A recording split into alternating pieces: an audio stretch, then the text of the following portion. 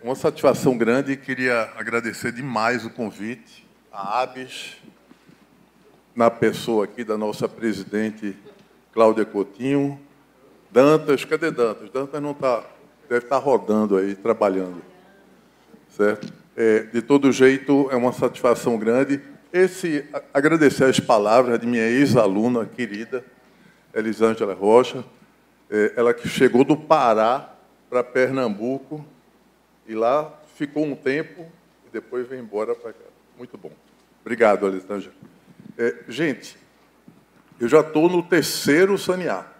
Eu estou igual à história do sanear, né? O primeiro eu estava aqui, o segundo eu estava aqui e o terceiro eu estou aqui. Tá certo? Então, parece que ficou como um default assim no programa, né? Tem que botar Jucá ali, bota ali, certo? Então, eu estou ali e eu estou tentando, cada vez, trazer um assunto novo. E, nesse caso, falar de gestão sustentável em cidades inteligentes é uma coisa bem, assim, diferente. Primeiro, porque isso está na moda. Depois, cada um diz uma coisa diferente sobre a mesma coisa. Então, é um assunto que requer um pouco de pensar. De todo jeito, esse tema me inspirou. Eu estou agora trabalhando num projeto com o IPT de São Paulo. Esse projeto envolve muitas empresas, várias instituições no Brasil e fora do Brasil, que é sobre cidades carbono neutro. É um projeto muito grande, 35 milhões, e envolve muita gente. Tá? Vou falar um pouquinho dele. Ele trata dessa temática e, por isso, eu estou animado com esse assunto e estou trazendo aqui para vocês algumas coisas que vale a pena a gente tratar aqui. Bom, os passadores por indução magnética, pensamento, tá certo que são cidades inteligentes, né? Mas eu não fiquei tão inteligente assim. Obrigado. Ainda chegaremos lá. Vamos chegar lá. Bom, o que eu vou falar aqui? Vou falar aqui de sustentabilidade e descarbonização, que as pessoas, às vezes, fazem uma confusão desse negócio. Uma coisa é outra, outra é essa, e termina a gente sem saber direito. Os desafios atuais: descarbonização no setor de resíduos, valorização de resíduos, materiais e energia. Essa valorização promove descarbonização. A gente vai ver isso lá atrás. Lá atrás não, né? Lá na frente, né? E, por último, como são cidades inteligentes, eu não podia deixar de falar de João Pessoa, que é uma cidade querida minha, e esse trabalho de requalificação começou aqui há muitos anos atrás e está andando hoje. Mas, então, a sustentabilidade, ela foca na saúde de um ecossistema. Ou seja, tudo tem que estar muito bem, tá certo? Trata de recursos, gestão de recursos, equidade social, ações para que a gente não comprometa a natureza para as futuras gerações. Então, a gente está preocupado com as pessoas. Então, a sustentabilidade foca na saúde, nas pessoas, no sistema. Não tem nada a ver com descarbonização, certo? A descarbonização, simplesmente, foca na redução de gases de efeito estufa. E, naturalmente, que, ao fazer a descarbonização, reduzir os gases de efeito estufa, eu estou promovendo a melhoria na qualidade de vida das pessoas. Ok? Tudo combinado? Então, uma coisa, para atingir a sustentabilidade, eu preciso da descarbonização. Por outro lado, o inverso não é verdadeiro. Tá? Então, só para definir melhor. Essa coisa do desenvolvimento sustentável já é uma ação política da ONU. A Organização das Nações Unidas promoveu aqui 17 objetivos de desenvolvimento do milênio. Eu estou chamando isso de desenvolvimento ou desafio humanitário. Repare, humanitário por quê? Porque está focado nas pessoas e é desenvolvimento sustentável. Tá certo? Não tem nada a ver com descarbonização. Beleza? Estamos combinados, então, assim? Então, todo mundo entende. Ah, essa figurinha aqui é máxima, né? Além de uma era de desperdício, a gente está vivendo filhos, netos, bisnetos, gerando desperdício, consumo, desperdício, consumo, desperdício. E essa figurinha me parece bem interessante, não sabendo para onde nós vamos. Bom, aqui tem uma coisa mais complicada ainda, tá? Que é os contaminantes chamados emergentes. Ou seja, eles estão aflorando agora. Tem uns que são persistentes e que realmente não largam a gente. Então, esses contaminantes, eles poluem a água, o ar, há uma degradação ambiental, uma perda da biodiversidade, risco na saúde animal, risco na segurança alimentar, na saúde das pessoas, etc. E, por outro lado, certo? A gente tem aqui uma espécie de produção mais verde, contaminação zero, a inteligência artificial ajudando nessas coisas todas, sustentabilidade, gestão da sustentabilidade. Então, uma coisa contra a outra, beleza? Vocês vão notar que, vocês podem estar até achando, digam, onde é que esse cara vai bater, né? Isso é uma pergunta natural que a plateia faça. E eu faço questão de fazer isso para que a gente, no fim, vá fechando as coisas e o entendimento da mensagem. Beleza. Isso é um trabalho que a Academia de Ciências da China fez agora, em 2024. Acho que é de dezembro de 2024, tá? Os desafios climáticos. A temperatura está subindo mesmo, né? Ninguém tem dúvida disso, tá certo? Porque houve muita dúvida aí, com exceção de um ou outro presidente, mas, na prática, a temperatura está subindo mesmo. A maioria dos dados, ficou aqui em cima, a maioria dos dados são da NASA, certo? Só para chatear, né? Ninguém vai fechar a NASA por enquanto, tá certo? Mas a NASA confirma que a temperatura está subindo e o nível do mar também está subindo 4 milímetros ao ano. Eu moro numa cidade que está no nível do mar, Recife. E, portanto, a expectativa é que daqui a pouquinho ela esteja abaixo do nível do mar, como algumas cidades na Europa. Amsterdã é um exemplo disso, né? Tá certo? A gente tem que se preparar para isso. Os desafios climáticos, eles estão sendo discutidos na COP30, daqui a pouco, né? Daqui a algumas semanas. E, na prática, a única coisa que a gente quer do mundo é que cada um diga o que vai reduzir. Só isso, certo? Mesmo que diga assim, não vou reduzir nada, acabou. Pronto, mas pelo menos diga. E isso nunca foi feito de forma taxativa, com exceção de alguns países que sim fizeram. Esse é o projeto que eu falei antes, Cidades Carbono Neutro, tá? Ele aborda muito a questão, os desafios urbanos, tá? E, numa cidade sustentável, não há como a gente não pensar em carbono. Ele envolve aqui esses 4 ODS, certo?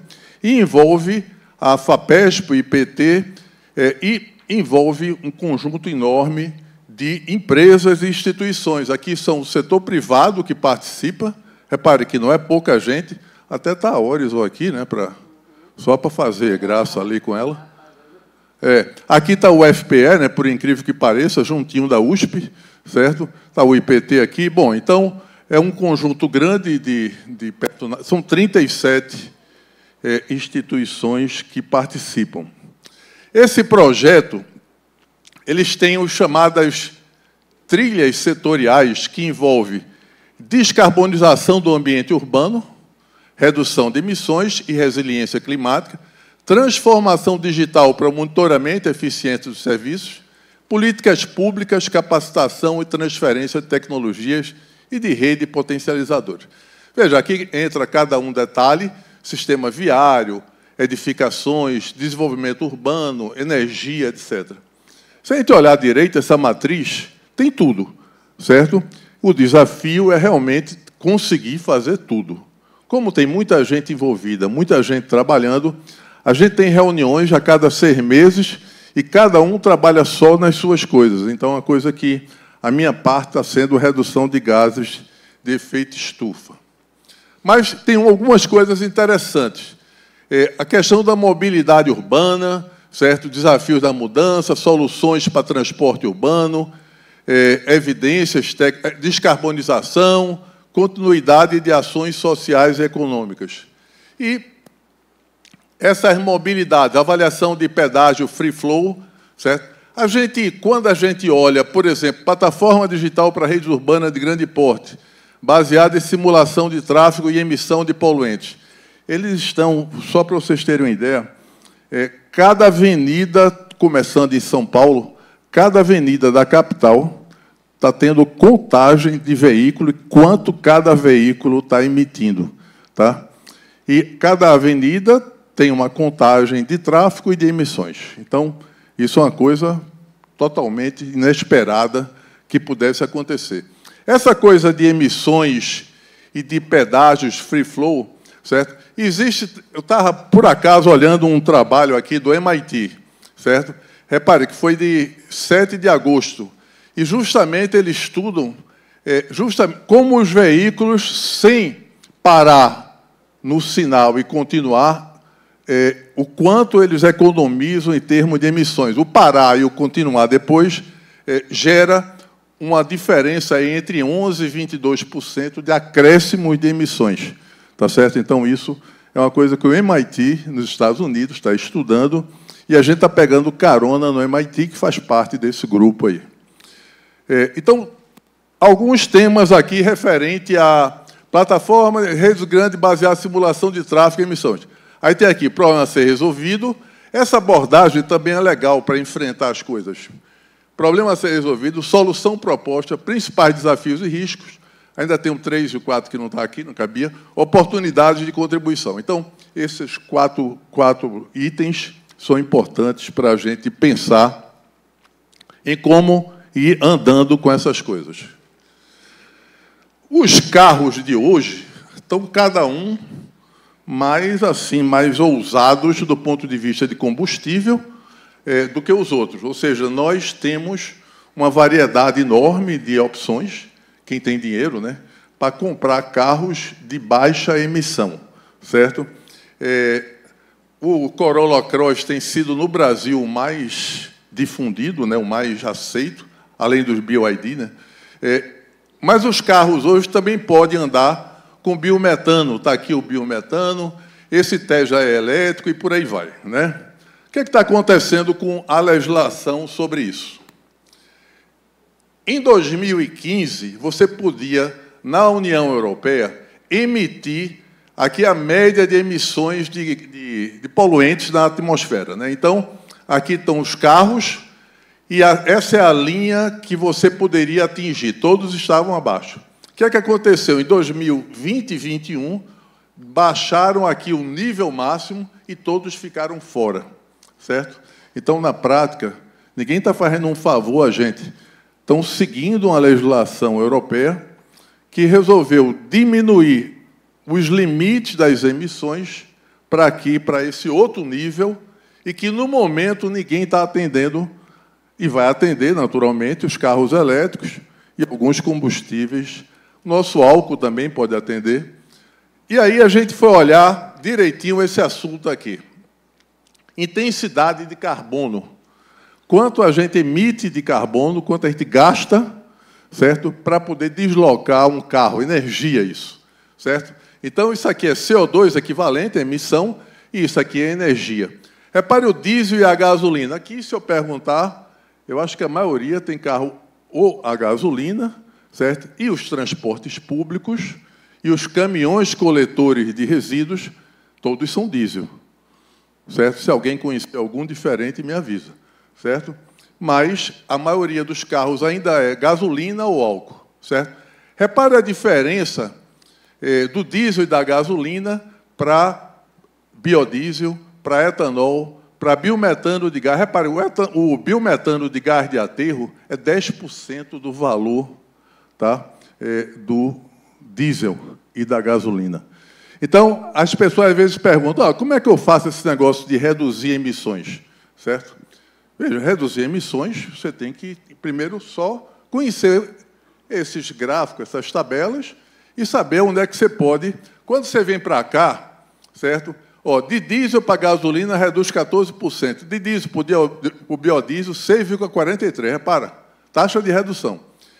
De diesel para o carro elétrico, certo? 33%. Por que é 33% ainda? Porque aqui considera todo o ciclo de vida da produção do carro, incluindo a bateria.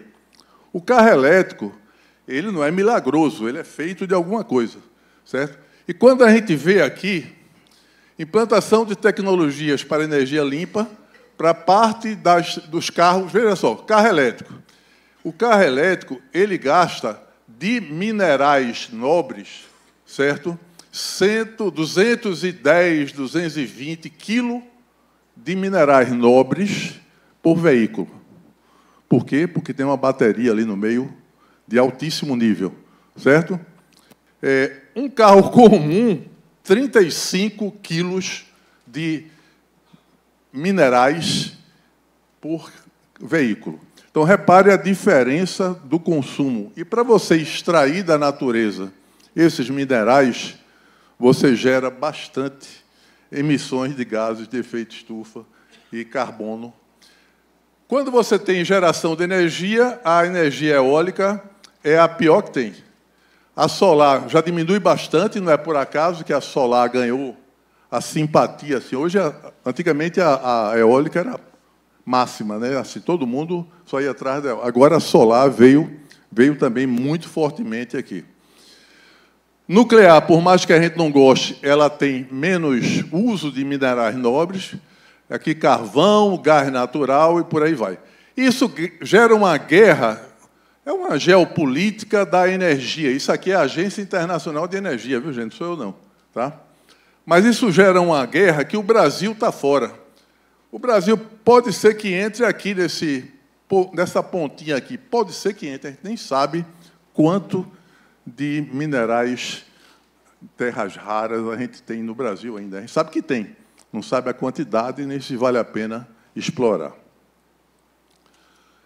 Isso é o prefeito de Recife, João Campos. Os desafios da cidade, ele está realmente preocupado, e essa palestra dele foi a 14, terça-feira dessa semana. Repara só o que drama ele vive aqui. Recife representa 3,3% do território pernambucano, mas concentra 56% do PIB e 58% da população de Pernambuco. Então, é uma coisa assim, eu acho que nem João Pessoa não é tão concentrado assim, é? Não sei se chega a esse ponto, acho que não. Certo? Porque tem Campina Grande, que é muito... Lá também tem Caruaru, né? Mas vamos botar para analisar essa discussão Caruaru-Campina Grande, né? Melhor não, né, Cláudio? Mas repare só, os eixos principais da atuação dele, em termos de sustentabilidade da cidade, primeira coisa, capital humano, governança metropolitana, planejamento de longo prazo, inovação e resiliência urbana. Então, esses itens têm que estar na cabeça dos prefeitos, e com certeza está na cabeça de Cícero aqui, eu não tenho nenhuma dúvida disso. Tá? Também aqui entram as questões de inovação, tá certo? Hoje a gente tem o Porto Digital, com 75 mil empresas trabalhando na área digital, tá certo? Micro e pequenas empresas, certo? E tem também algumas ações na área de morro. Esse Promorar é um programa de resiliência urbana na área de vulnerabilidade, 1,3 bilhões, que foi conseguido através do Banco Mundial. Tá? Isso é a margem do rio Capibaribe, assim, só para dizer que está se pensando diferente, tá certo? E o modelo que ele está redesenhando é educação de alta qualidade, sustentabilidade ambiental e climática e infraestrutura adequada. Então, No modelo interno, aqui está a gestão pública eficaz, ciência, tecnologia e inovação e empreendedorismo dinâmico. Então, isso é um modo de ver uma cidade sustentável, tá certo? Muito bem. Como é que se faz a descarbonização do setor de resíduos, né? Veja que o setor de resíduos ele é pequenininho, perto, por exemplo, da agropecuária. Isso aqui são emissões em 2022. 90 milhões, está arredondando aqui. A agropecuária são 460 milhões, certo? De toneladas de CO2 por ano. Então, 90 milhões de toneladas de CO2 por ano, certo? É um número bem significativo. Então, é significativo porque o Brasil é muito grande e promove muitas emissões. Mas o total de tudo é isso aqui, é 1 bi e tanto, né? Desse setor de resíduos, quem mais contribui? Bom, as emissões do Brasil como um todo, certo? 45% da temperatura, do aumento da temperatura, se dá pelo metano, CH4. Esse metano é o gás que a gente gera energia, o biometano, etc., que vai ser falado daqui a pouco, tá certo? Então, na prática, esse metano é o gás que nos interessa num aterro, por exemplo, ou num biodigestor. A gente quer saber do metano, quantidade, como é que eu aproveito ele. É ele que tem energia. Ele tem um poder calorífico altíssimo e ele gera energia para a gente. Quem é que faz a geração do metano? A biodegradação dos resíduos. 60% do metano vem de alimentos e dos resíduos de alimento. Então, estamos dentro disso aí, tanto de um quanto do outro, certo? De todo jeito, isso são coisas... E existe um mercado. Esse mercado de carbono, tá?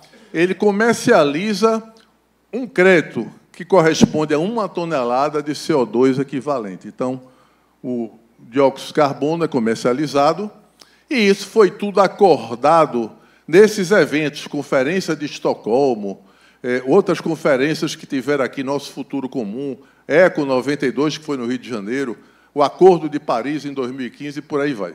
Só para vocês terem uma ideia, 1 quilo de carne vermelha equivale a 152 quilos de emissões de carbono. Um voo nacional equivale a tanto, 1 litro de gasolina a quanto. Então, esses números, a gente sabe, certo? Não é preciso a gente ficar inventando, quebrando a cabeça, que está tudo tabelado em todo canto. Então, se a gente decidir reduzir emissões, a gente sabe como e por onde, quanto a gente vai reduzir. E tem um mercado que tem um preço, o preço do mercado de carbono, que varia entre 10 e 50 dólares, a depender do país. Tá? Varia bastante. Estão aqui diferentes mercados no mundo, tá certo? Tem uma média aqui... Alô? Tem uma média aqui que é em torno de 32 dólares. Então, ora, se eu consigo reduzir 1.000 toneladas de CO2 equivalente, eu multiplico por 32 dólares e eu já sei quanto eu posso comercializar com essa redução de emissões. No Brasil, antes não podia, nem tinha regras para isso, mas a partir de dezembro de 2024 foi instituído o comércio de emissões de gases de efeito estufa. Então, hoje, qualquer banco brasileiro, qualquer pessoa pode comercializar, qualquer empresa pode comercializar créditos de carbono. Isso não é nenhuma novidade para quem trabalha na área. E começou aqui, não faz muito tempo não, viu, gente? Por enquanto, os estrangeiros vinham para cá, eu me lembro muito bem, o pessoal da Holanda, da França, da Itália, nossa senhora, a Itália invadiu a gente, comercializando os nossos créditos. E agora não, a gente mesmo, nós, comercializar os nossos créditos. Existe uma entidade também que chama Conselho Internacional de Transporte Limpo, tem essa sigla aqui, que ela diz o seguinte: o diesel gera isso de emissões, está aqui em toneladas de CO2 equivalente, o GNV, que é o gás fóssil do petróleo, gera mais ainda por causa do processo de extração do petróleo e do gás do petróleo, tá certo? E é pior. Mas o GNV de biometano, seja de um biodigestor, seja de um aterro sanitário, ele reduz reduz em 70%, vai, 68%. E um carro elétrico também reduz em 70%. Insisto que isso se deve à extração dos minerais e que pega todo o ciclo de vida do carro elétrico, e não apenas você comprar um carrinho ali e sair andando com ele sem fazer barulho. Tá certo? Não é exatamente isso que a gente está falando. A gente tem que considerar que o carro foi fabricado, e para ele ser fabricado, ele teve que emitir carbono. Tá? As pessoas, às vezes, ficam... né? Que pena. Esse exemplo aqui é de São Paulo. São Paulo tem uma baita de uma frota de coleta de resíduos, caminhões compactadores, baú, Munk, Rolon Roloff, está tudo aqui, tá? Todos a diesel. Tem um carro baú elétrico. Nossa Senhora, certo? É um vexame, né?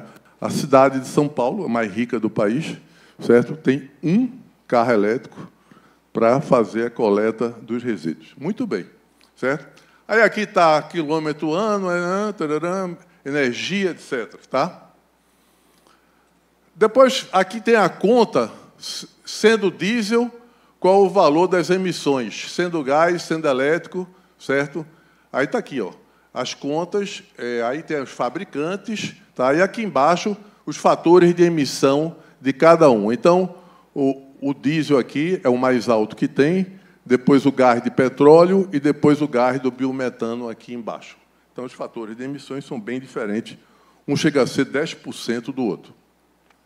No fim, alguém pergunta, rapaz, quanto custa isso? Como se eu fosse vender, eu não vou vender, certo? Um caminhão a diesel, o valor dele, a propriedade dele, é R$ 5,40 por quilômetro. A gente conta assim, caminhão de lixo é quilômetro, tudo é quilômetro, tá? Um caminhão um carro elétrico, um compactador elétrico, R$ 6,76, e um de gás em GNV, R$ 6,87. Pô, bem mais caro, né? Porque aqui tem 25% e aqui tem 27%. Então, essa conta a gente tem que fazer. Cada caso, a gente tem que fazer conta, certo? O que está acontecendo aqui? Esse mesmo GNV aqui, ele reduz em 70%. Essa diferença vale quanto no mercado de carbono atual? Tá certo? Então, essa conta a gente tem que fazer. E do ponto de vista de sustentabilidade, de qualidade de vida, de saúde, certo? Quanto custa isso? Tá certo? Isso tem que ser quantificado também. Então, estão aqui os valores do que se obtém e está aqui os valores quanto se paga. Tá? Isso é Recife. Recife tem uma frota também, 74 veículos compactadores, 295, 38 mil quilômetros que a gente roda lá, certo? Todo dia, para coletar o lixo. Tá? Veja, quem roda 38 mil quilômetros todo dia tem que fazer conta para ver se não vale a pena a gente economizar esses gastos. Aí está aqui as emissões, certo? Quanto a gente reduziria lá, e as emissões evitadas estão aqui quantificadas também. Existe uma cidade que eu nem conhecia, Salto, em São Paulo, certo? Que tem um caminhão aqui 100% elétrico. Vocês conhecem, né? Ela é de São Paulo, você conhece bem, né? Olha aí, ó, tá vendo? Gostei de ver. Mas repare só, o que eles afirmam lá é que todos os coletores de veículo domiciliar são elétricos, todos. Veja que já significa que a gente não está falando de Estados Unidos, nem Estados Unidos muito menos, né? Da Alemanha, nem da França, né? A gente está falando que ele deixa de emitir mensalmente 14 toneladas de CO2. Tá certo? Então, isso são exemplos que ocorrem no Brasil. E na área de aterro, o que a gente tem? Os aterros emitem bastante. Talvez seja a tecnologia de tratamento de resíduos que mais emite gases de efeito estufa. E por quê? Porque a cobertura ela é francamente permeável. Os gases gerados aqui não são completamente absorvidos pelo sistema de captação de gás e há muitas perdas pelas camadas de cobertura. Foi feito um levantamento pela ISOA, a Sociedade Internacional de Resíduos, que ele considera que os grandes aterros perdem de 30% a 45% do gás que é gerado dentro do aterro. Então, essa perda significa que vai para a atmosfera, significa que a gente não é capaz de coletar, certo? Porque nem sequer a gente mede. Vocês sabem um detalhe interessante, que os órgãos ambientais não obrigam que a gente faça o controle das emissões pela camada de cobertura de aterro. A gente fica pedindo para o órgão ambiental cobrar da gente isso, mas eles não têm essa cobrança na, vamos dizer assim, na lei, certo? Ou seja, ninguém está nem aí para isso nesse momento. A gente se interessa por isso, mas... Hoje existem os satélites, certo? Existe esse MethaneSat, certo? Que fica coletando imagens e, vamos dizer, captando metano, certo?